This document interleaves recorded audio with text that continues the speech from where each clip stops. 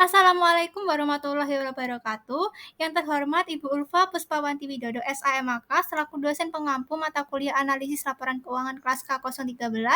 Di sini kami dari kelompok 3 akan menjelaskan materi mengenai analisis prospektif.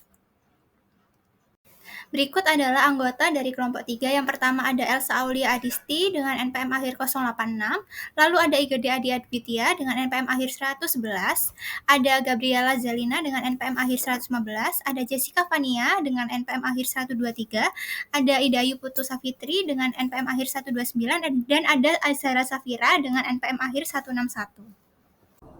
Nah, baik, pada slide pertama ini kita akan membahas mengenai analisis prospektif. Nah, analisis prospektif ini adalah metode yang digunakan untuk memprediksi kinerja masa depan suatu perusahaan berdasarkan data dan informasi yang tersedia saat ini.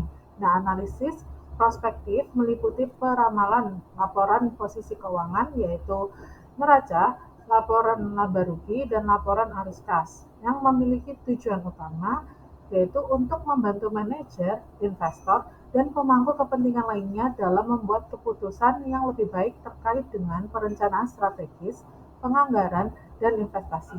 Selain itu, juga berguna untuk menganalisis dan menguji ketepatan rencana strategis perusahaan dan berguna bagi kreditur untuk menilai kemampuan suatu perusahaan. Next. Nah, pada slide ini kita akan membahas mengenai memproyeksikan laporan keuangan. Nah, proses proyeksi dimulai dari laporan laba rugi terlebih dahulu, kemudian diikuti dengan neraca dan laporan arus kas. Di sini kita akan membahas mengenai laporan laba rugi yang diproyeksikan atau projected income statement. Nah, proses proyeksi dimulai dengan pertumbuhan penjualan yang diharapkan, misalnya dengan menggunakan trend historis untuk memprediksi tingkat penjualan di masa yang depan. Nah, analisis lebih rinci juga dapat melibatkan informasi eksternal seperti tingkat aktivitas ekonomi makro yang diharapkan, itu seperti mencakup kondisi umum ekonomi yang mempengaruhi perilaku konsumen termasuk pendapatan yang akan dibelanjakan.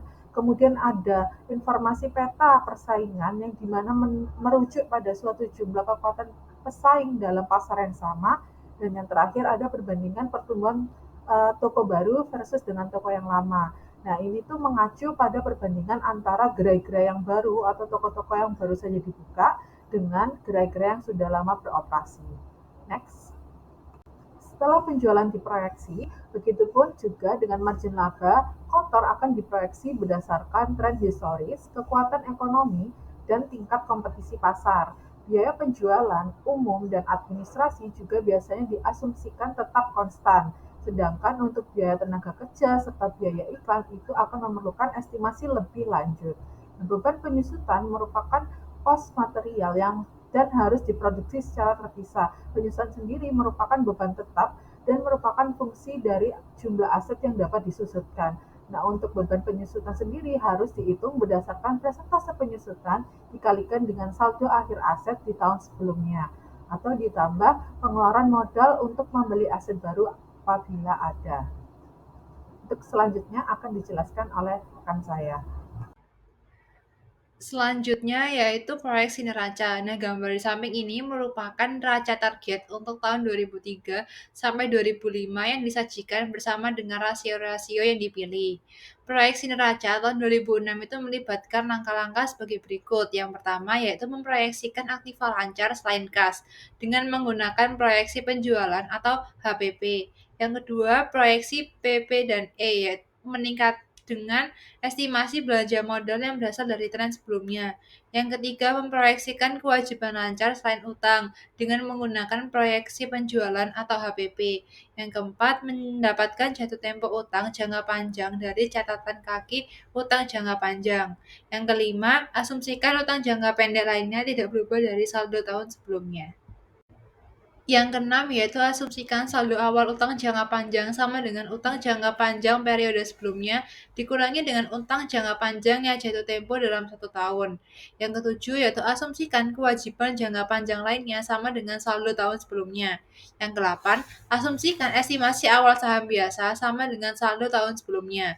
Yang 9, mengasumsikan saldo laba sama dengan saldo tahun sebelumnya, ditambah atau dikurangi laba atau rugi bersih dan dikurangi dividen.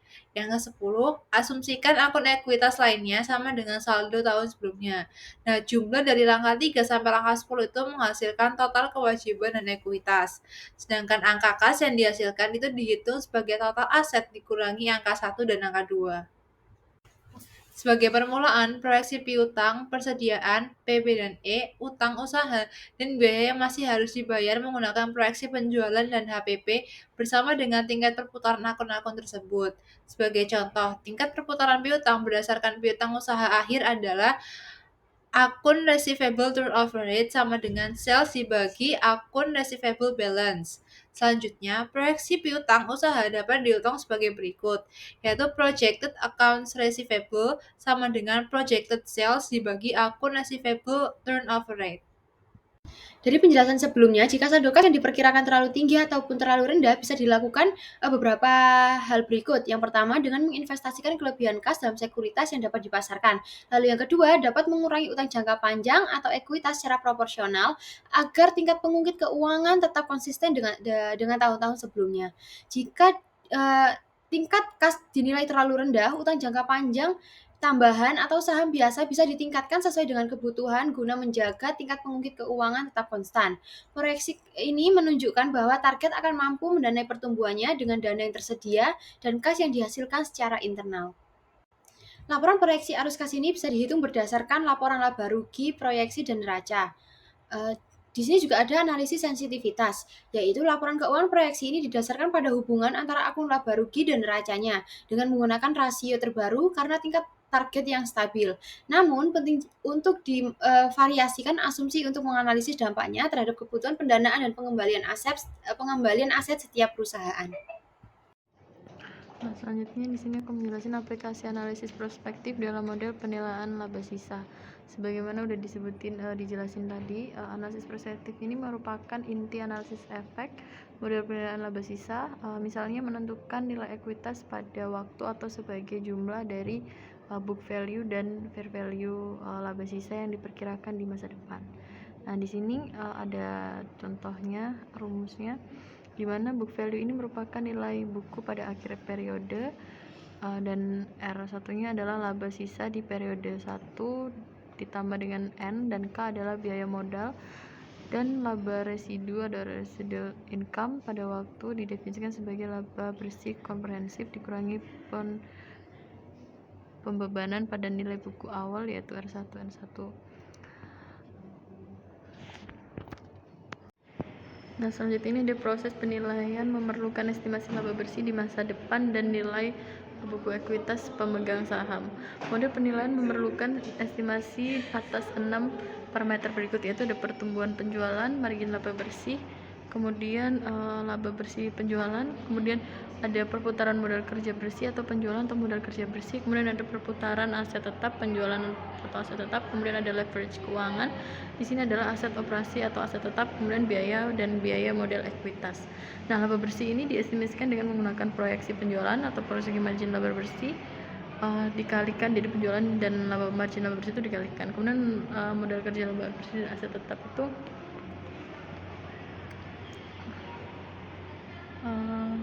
diestimasikan dengan menggunakan proyeksi penjualan dan estimasi tingkat perputaran untuk modal kerja bersih dan aset tetap. Jadi di penjualan dibagi dengan tingkat perputaran. Nah, terakhir ini ekuitas itu diproyeksikan menggunakan rasio operasi terhadap ekuitas. Atau aset operasi sama dengan modal kerja bersih ditambah dengan aset tetap. Kemudian ada penilaian ekuitas sangat bergantung pada proyeksi sebagaimana telah dibahas di atas. Penilaian harus menguji sensitivitas estimasi harga saham terhadap asumsi yang mendasari dari proyeksi tersebut. Baik, selanjutnya kita akan membahas tentang keterbatasan dalam pelaporan arus kas. Jadi, laporan arus kas ini memiliki beberapa keterbatasan, yaitu yang pertama, tidak ada pengungkapan terpisah untuk arus kas dari item luar biasa atau operasi yang dihentikan. Yang kedua, bunga dan dividen yang diterima serta bunga yang dibayarkan ini diklasifikasikan sebagai arus kas operasi, meskipun beberapa menganggapnya itu lebih tepat sebagai arus kas pembiayaan dan investasi. Yang ketiga adalah pajak penghasilan dan diklasifikasikan sebagai arus kas operasi yang bisa mengaburkan analisis jika manfaat atau beban pajak itu tidak proporsional. Yang keempat ini adalah penghapusan keuntungan atau kerugian prapajak dari penjualan aset dalam arus kas operasi dapat mengganggu analisis karena pajak ini tetap dimasukkan dalam arus kas operasi. Baik, selanjutnya kita akan membahas tentang penafsiran arus kas dan laba bersih. Jadi, laporan laba rugi ini mengukur profitabilitas dengan mencatat pendapatan saat diperoleh dan biaya saat terjadi, tetapi tidak menunjukkan waktu arus kas masuk dan keluar atau dampak operasi terhadap likuiditas dan solvabilitas. Sebaliknya, laporan arus kas ini memberikan gambaran yang lebih luas tentang aktivitas operasional, termasuk kebutuhan kas terkait piutang dan persediaan, serta pembiayaan dari pemasok. Namun, arus kas operasi ini tidak mengukur profitabilitas karena tidak mencakup biaya penting seperti penggunaan aset tetap atau pendapatan non-kas. Untuk selanjutnya akan dijelaskan oleh rekan saya. Baik, di sini saya akan menjelaskan terkait dengan tren penggerak nilai. Nah, model pendapatan residual itu mendefinisikan harga saham sebagai nilai buku ekuitas pemegang saham ditambah nilai sekarang dari pendapatan residual yang diharapkan atau bisa disebut dengan residual income atau RI. Nah, pendapatan residual ini juga dapat dinyatakan dalam bentuk rasio sebagai berikut. Nah, itu ada rumusnya yaitu RI sama dengan buka kurung ROE T dikurangi dengan K buka kurung dikali dengan BV T kurangi 1. Jadi itu rumusnya untuk residual income atau pendapatan residual. Nah, selanjutnya ini masih ada tanda tadi. Nah, jadi terdapat grafik yang menunjukkan tren penggerak nilai median untuk setiap portofolio. Nah, terdapat dua pengamatan yang dapat terlihat jelas, yaitu diantaranya yang pertama ada ROI itu cenderung kembali ke equilibrium jangka panjang. Nah, hal ini mencerminkan kekuatan persaingan. Lebih jauh lagi, tingkat pengembalian untuk perusahaan yang paling tidak menguntungkan lebih besar daripada itu untuk perusahaan yang paling menguntungkan. Dan yang kedua, kembalikan belum tuntas, yang artinya masih ada sisi sekitar 12% antara perusahaan dengan ROI tertinggi dan terendah bahkan setelah 10 tahun. Nah, selanjutnya ini terkait dengan peramalan jangka pendek. Jadi, analisis likuiditas jangka pendek adalah salah satu alat yang paling berguna adalah liabilitas atau likuiditas jangka pendek.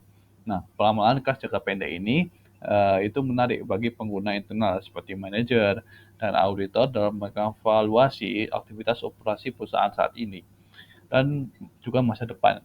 Nah, hal ini juga menarik bagi pengguna eksternal seperti kreditur jangka pendek yang perlu menilai kinerja sebuah perusahaan. Nah, selanjutnya ada pola arus kas. Jadi kas dan setara kas ini bisa disebut sebagai kas adalah aset yang paling liquid. Hampir semua keputusan manajemen untuk berinvestasi pada aset atau membayar biaya yang memerlukan penggunaan uang tunai segera atau di kemudian hari.